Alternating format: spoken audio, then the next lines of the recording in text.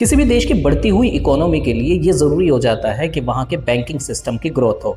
और ऐसा तब मुमकिन हो सकता है कि जबकि उस देश के रहने वाले लोग ज़्यादा से ज़्यादा बैंक से ट्रांजैक्शन करें, यानी कि कैशलेस ट्रांजैक्शन कर पाएँ।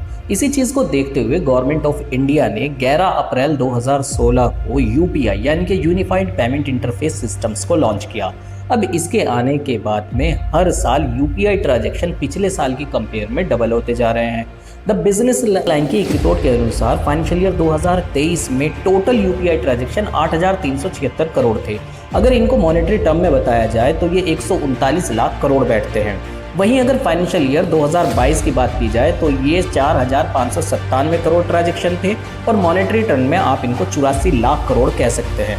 तो आपको इन आंकड़ों से अंदाज़ा लग ही गया होगा कि यूपीआई ट्रांजैक्शन अप्रैल 2016 से लेकर 2023 तक पिछले साल की कंपेयर में डबल होते जा रहे हैं। अब इसी चीज़ के दिमाग में एक क्वेश्चन का आना स्वाभाविक है कि जब भी हम यूपीआई ट्रांजैक्शन से कोई भी पेमेंट करते हैं तो हमारे से इन ट्रांजैक्शंस के ऊपर कुछ चार्ज किया जाता है या नहीं किया जाता है। उससे भी ज़्यादा ज़रूरी है आपके लिए ये जानना कि आखिर इन यूपीआई सिस्टम को इंडिया के अंदर कौन सी अथॉरिटी गवर्न करती है। इंडिया के अंदर जितने भी यूपीआई प्लेटफॉर्म्स हैं जैसे गूगल पे, फोन पे, पेटीएम, इन सबको गवर्न करने के लिए गवर्नमेंट ऑफ इंडिया ने एनपीसीआई यानी कि national payment of corporations of India को बनाया है। अब सवाल ये बनता है कि जब भी ये प्लेटफॉर्म्स आपसे कुछ ट्रांजैक्शंस के ऊपर चार्ज लेंगे तो इनको एनपीसीआई की गाइडलाइंस को फॉलो करना होगा। एनपीसीआई की एक गाइडलाइन के अनुसार 1 अप्रैल 2023 के बाद में 2,000 रुपए से ऊपर का कोई भी मर्चेंट ट्रांजैक्शन जो आपने अपने पीपीआई वॉलेट यानी कि पेमेंट इंस्ट्रूमेंट वॉलेट से किया होगा, उस ट्रांजैक्शन के ऊपर 1.1% चार्ज किया जाएगा। अब यहाँ पर आपको ये जानना जरूरी होगा कि पीपीआई वॉलेट यानी कि पेमेंट इंस्ट्रूमेंट वॉलेट क्या होता है और ट्रांजैक्शन आप कितने प्रकार से यूपीआई से कर सकते हैं। तो देखिए, जब भी आप यूपीआई से किसी को पेमेंट करते हैं या किसी से पेमेंट रिसीव करते हैं तो ये आप दो प्रकार से कर सकते हैं।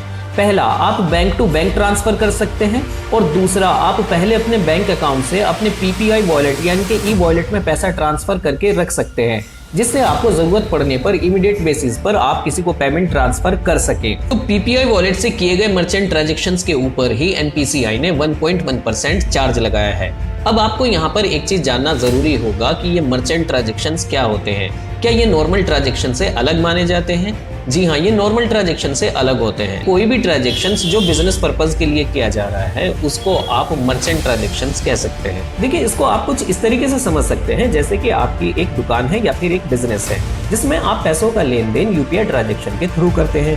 अब इन ट्रांजैक्शन को मर्चेंट ट्रांजैक्शन कहा जाएगा और एनपीसीआई की गाइडलाइन के अनुसार अगर इन ट्रांजैक्शन की वैल्यू 2,000 रुपए से ऊपर की होगी तो इनके ऊपर 1.1% चार्ज किया जाएगा। तो आई थिंक यूपीआई से रिलेटेड जितने भी क्वेश्चंस आपके माइंड में चल रहे थे, आज इस वीडियो को देखने के बाद सभी क्लियर हो गए होंगे। अब वीडियो अगर अच्छी लगी है तो आपको पता है क्या करना है और चैनल को सब्सक्राइब करके जरूर जाइएगा। फिर मिलता हूँ किसी नेक्स्ट वीडियो में। Thank you so much.